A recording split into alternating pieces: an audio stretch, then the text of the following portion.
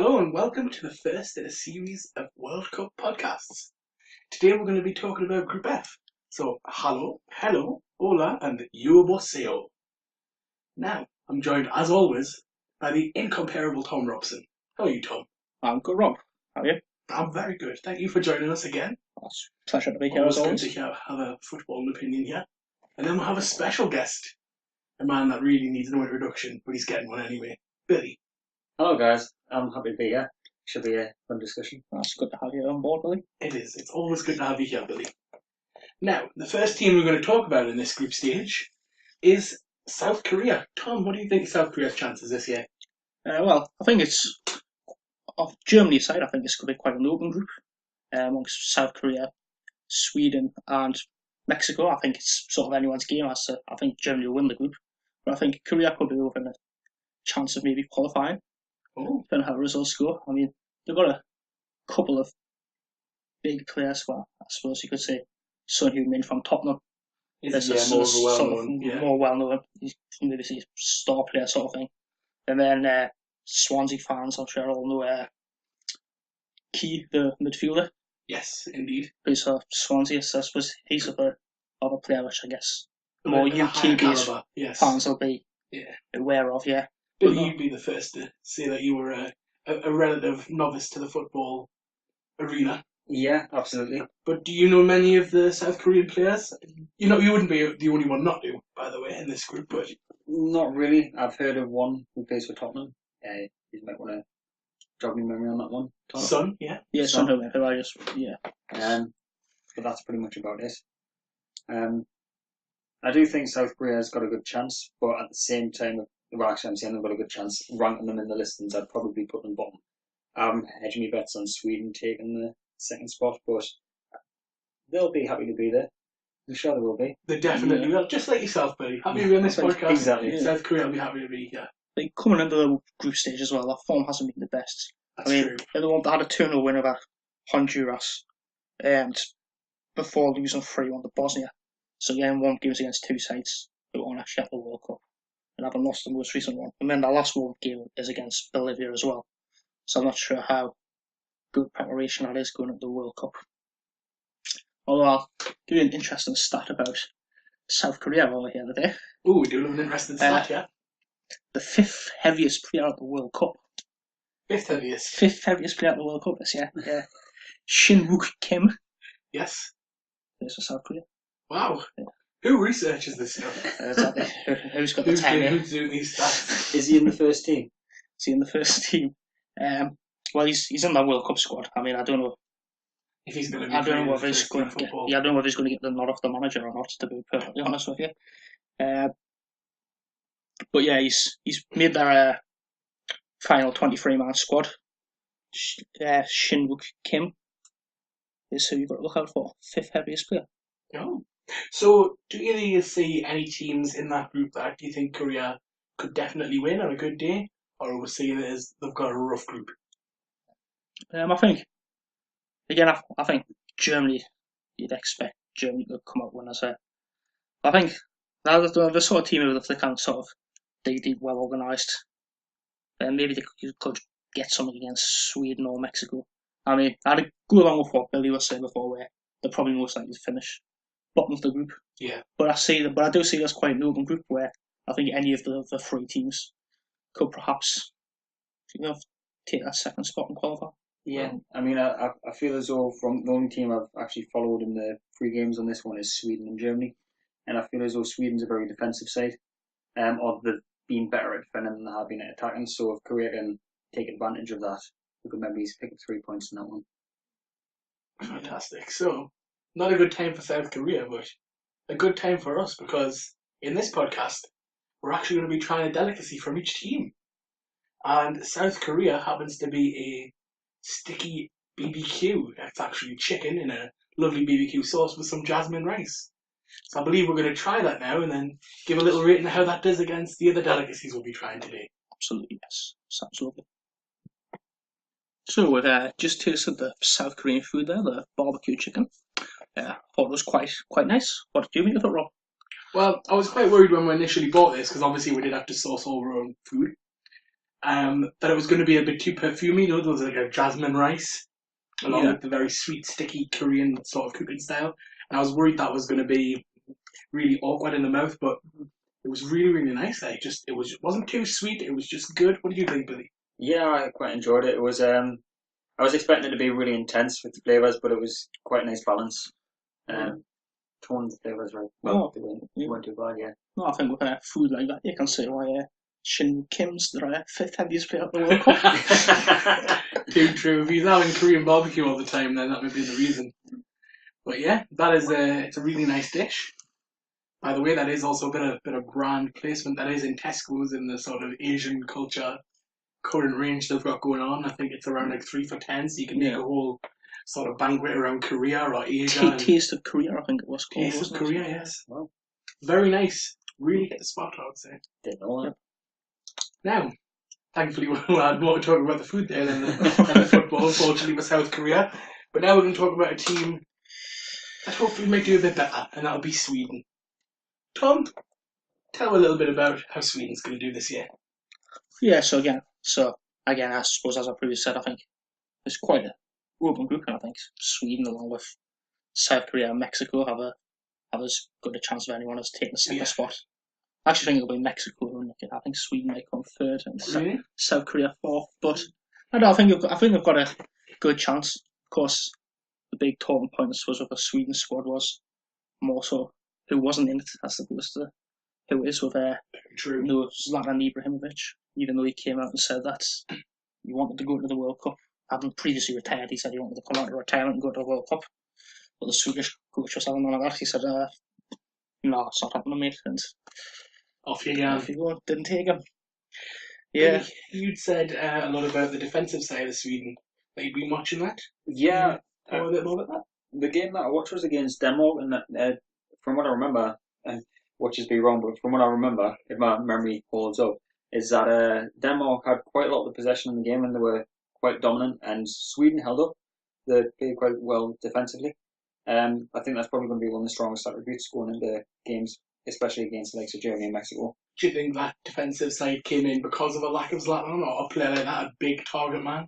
I definitely felt as though they were lacking something up front. They didn't seem to have any key finisher, which is possibly a regret of the manager. Yeah, I think that might be the downfall when it comes to this group stage. Yeah. Tom, do you have anything more to add before I have my own little piece of opinion on Sweden? Not particularly, no. I think we've sort of covered everything. I think they're sort of... I mean, they've got a chance if they're, as Billy says, they're quite solid defensively. If they're going to dig deep, get a few results against Mexico and Korea, then of course they could probably go join Germany in that next round. But I don't really see it happening. But yeah, I think it's quite an open group, so I think we don't. I quite agree. I hate to call a team average, but I do think Sweden are an average side.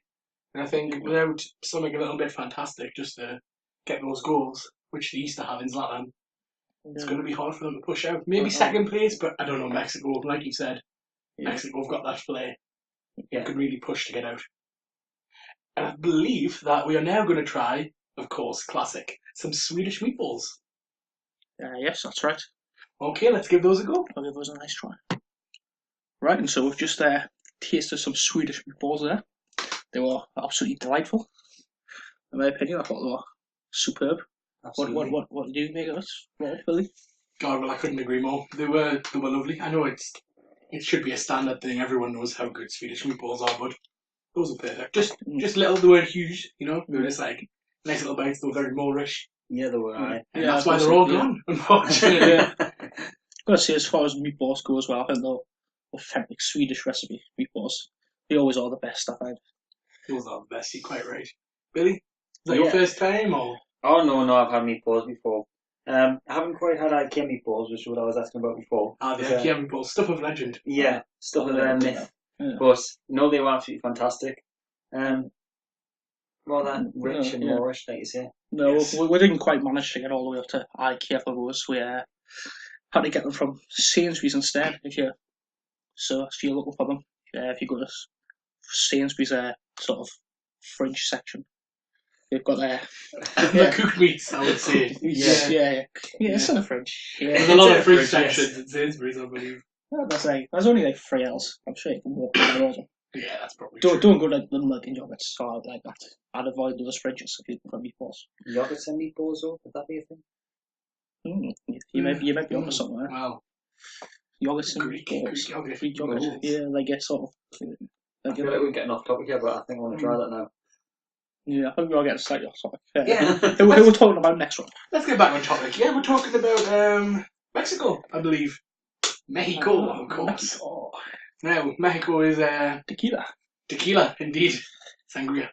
Or is that Spain? That's Spain. Doesn't matter.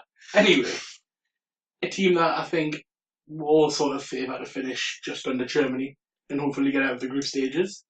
Tom, do you have I assume you will. Do you have much to say about Mexico? Yeah, so I think all the way there's a new one. I think they are the favourites for me to finish second in the group behind Germany. I think if you look at their squad, they've got like a lot of better players like Jonathan Dos Santos, Giovanni Dos Santos, the pair in LA Galaxy there. Of course, got like Diego Reyes at Porto, and the longest serving player, Rafa Marquez. Interesting fact about him. He's made 16 World Cup appearances so far in his career. That's the most. Him and Javier Mascherano both 16 each. That's the most any player who's gone to this World Cup have made. Oh, I see. So I'm surprised. He's retiring after the World Cup. Probably most famous for his time at Barcelona. But this will be his 5th World Cup. Wow. And he's the second oldest player at the World Cup as well. Wow. And yeah. Billy, do you have any thoughts on Mexico? Yeah, I think what you said just in the on the cut-offs before was they are quite a team that's got quite a bit of flair. They seem to be quite excited about football over there. I reckon they'll be aiming to achieve something more than a group stage in this World Cup, more so than the other teams in the group with them. Yeah, I think you think of Mexico when you think of Spain, because obviously the Spanish influence, and you think of that tiki-taka style of football, you think of quick passing, quick wing play. Yeah. You think of just that bit extra, Yeah. I think they could even give Germany a little bit of a challenge if Germany were off guard, because I feel like Germany imagine they're going to walk this. Though I know it's not very German to think they're going to walk anything. They're very strict and they do what they need to do. But They're one of those like classic World Cup teams like you like watching games of all of them. Yeah. They always put on a show for yourself. Yeah, that's true. So when you think that the World Cup's here, always like, you're going to get entertained sort of. They've got the party spirit, don't they, of the world coming together. They embrace it, yeah. Yeah. And speaking of that party spirit, have we got a treat? Our first beer of the podcast and of the mini series will be shares its name with Mexico's number one. It does, and that is Corona. Yes. The Mexican beer. And not only do we have a Mexican beer, it's accompanied by our guest's mystery item. Tell us what you've brought, Billy. Well, I brought what any man would bring to a party. Some nachos, some sour cream, some salsa, and it wouldn't go amiss if we didn't have jalapenos. So there's... Oh, fantastic. It couldn't be more Mexican. Tom's almost grown a sombrero. That's how Mexican it is. Grown a sombrero. Just formed on his head perfectly. I used to have a sombrero, actually. I don't know if I have a slump at house. Should have brought it along. See, that should have been brought along. That's what you need for that Mexican culture. But yes, I believe we're going to give those a go now, and then we'll come back to you after having a little spicy taste of La Mexico. We certainly will. So we've just tried the nachos that Billy brought from Mexico there, and washed them down with a lovely bottle of Corona. It's very nice indeed. What did you make of it, Rob? Well, I was all set on Swedish meatballs being the champion of this group, if it could be a champion. But the concoction of jalapenos, sour cream, salsa, all on a nacho, then that cold Corona washing it down, well, good lord, boys, I think it was an experience none of us are ever going to forget. Oh, it was really good, yes. Certainly squeezed a good run for that money there. Certainly did. I mean, if no one's tried it before, I'm begging you, try it, get those nuts. Where the nachos from, Billy? They're not sourced from Mexico. I sourced them locally from Morrison's. Scandal. Morrison's. To be fair, it's all from Morrison's. But the jalapenos probably would have been from Mexico. I'll just go no to problem. buy some supermarket choice, haven't you? Yeah. Tesco, Sainsbury's, and Morrison's have all Yeah, featured in all this. been in there. Getting name drops in there. That's fantastic. But Billy, what did you think? I mean, you did bring them. What do you think? I really enjoyed them, as he's just witnessed there. I didn't want to put the tray down. The combination was just perfect. The sour cream and the salsa works it's just beautiful. I can't describe it anymore. And the Corona, it's just fantastic. I mean, it's just a classic Corona. It doesn't get said enough, but Corona is a great beer. Like, it's so easy to drink. I think it's a great summer beer. Just like chilled, nice day, just out in the sun. Bottle of Corona. Have them in a bucket of ice. You got your lemon wedges if you want them. Lime. Oh, wow. Lime with Corona, isn't it? Mexico's certainly doing the party. You honestly can't go wrong. Yeah. So Mexico, the flair was in your football, but it was also in your food. Yes. Spicy. I'm hoping you bring that to the World Cup. Certainly. But of course, now after we on to who I believe will be this group's just absolute dominators. I'd be shocked if they're not. Yeah, I believe they'll be up there near the final, if not in the final. Yeah, they're my favourites to win it. Oh, wow. Well, of course, you do know we're talking about Germany. Tom, tell a little bit about Germany this year. Well, yeah, I mean, we need no introduction to the reigning world champions. Of course. Stars to the squad, I mean, they could have been like a second string 23, and that probably would have given most sides at this World Cup a game. That's very true. They've got just so much strength and depth, so much quality. Even the Confederations Cup last year, they took a very young and experienced squad. I think even Kimmich was one of the most experienced players last at the Confederations Cup, and they won that with round of ease. Yeah. And now, again, they've had to make some big selection decisions, as you do when you've got so much strength and depth.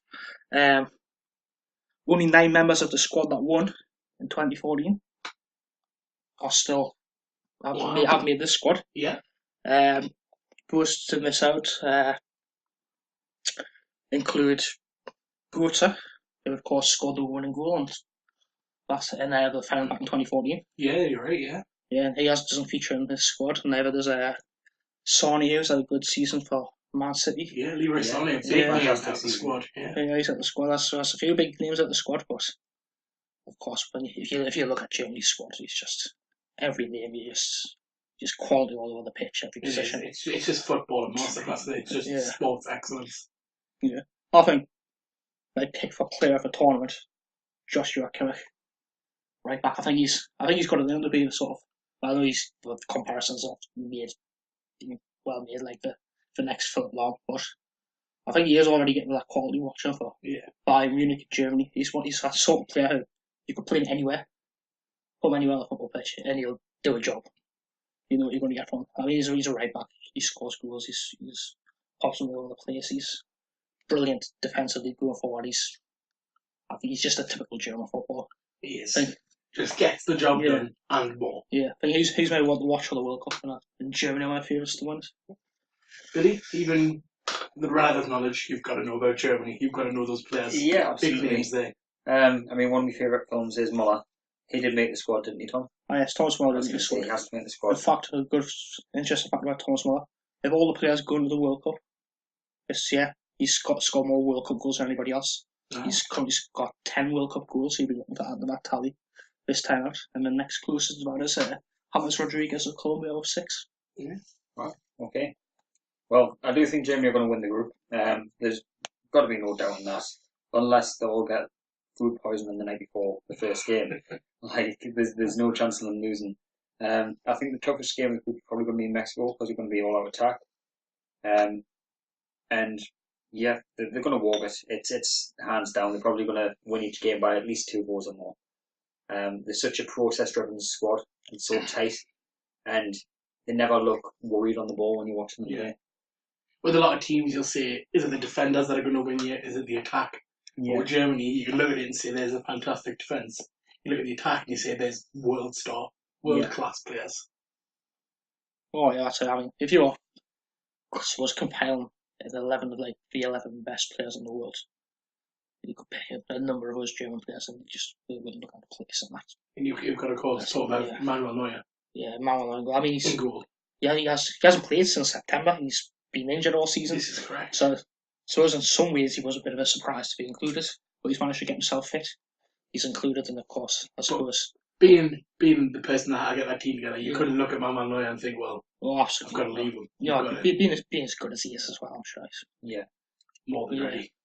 And he'd be good if he was going to miss it. Well, you've got to say, Germany with that preparation, they played Australia over there. It was Manuel Neuer's first game actually since September. Yeah. And they lost 2-1. Yes, they did. No hard feelings. No hard feelings. I think, Even I believe our young Billy had a bet on Germany to win.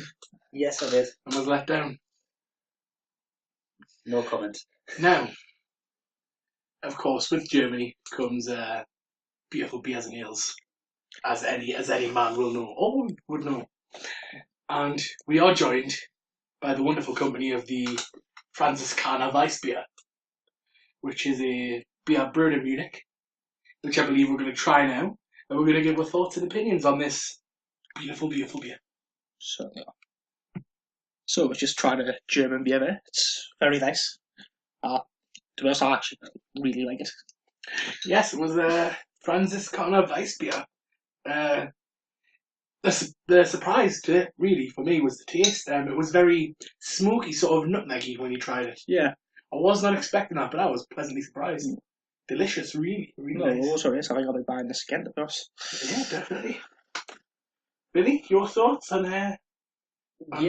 I didn't expect it. It's a very strong flavour.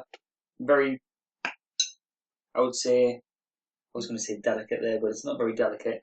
I was looking at it thinking it's cloudy, it's going to be a very... Subtle. Some of the flavours are subtle. Yeah. If there's a word you're going for there.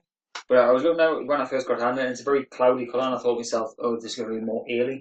Yes. It's very light in the mouth, taste palate. It's one of those beers that you would never down. You would never drink it all the way. You would just sip on it nicely. Just really enjoy it. Really take your time. Yeah.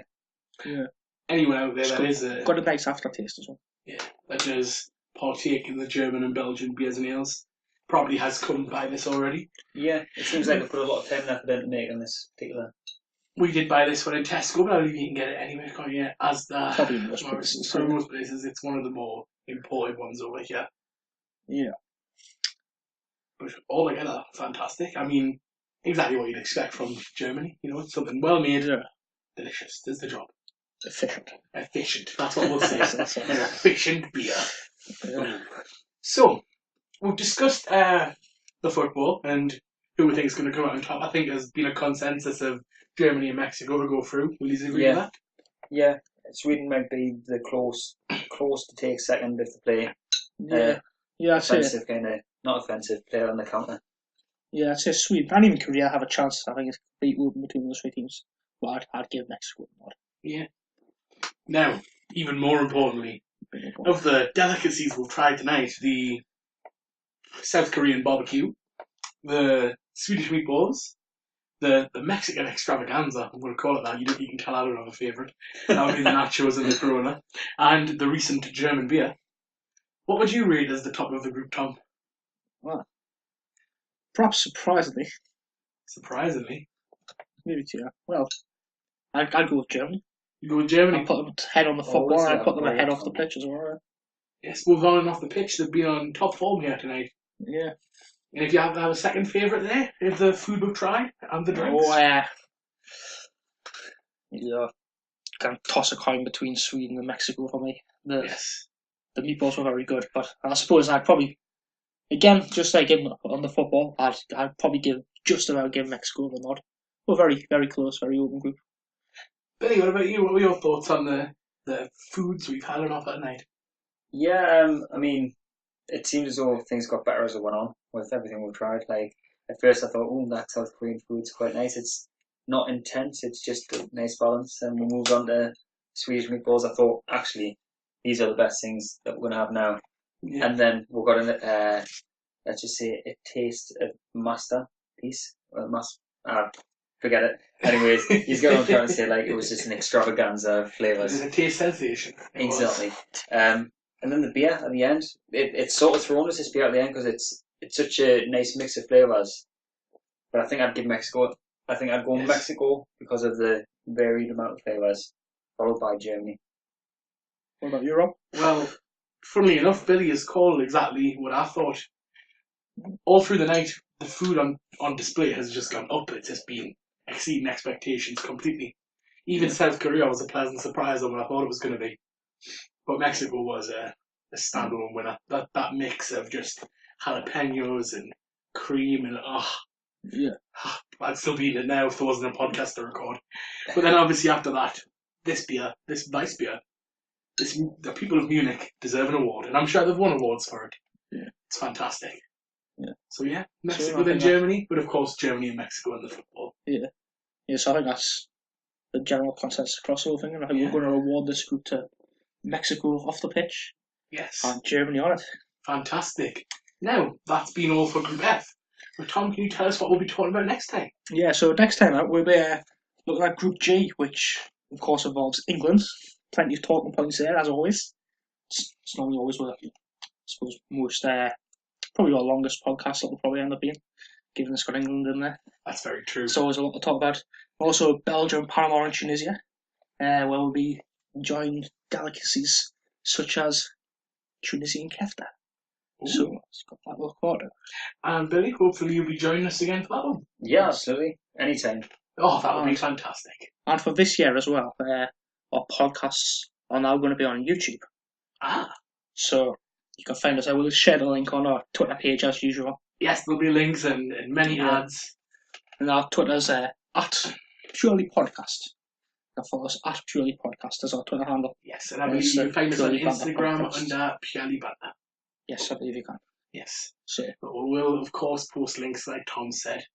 Yep. But thank you for listening. Hopefully you have listened all the way through. If you've made it this far but haven't made you hungry, then well done. And we'll see you next time. Goodbye.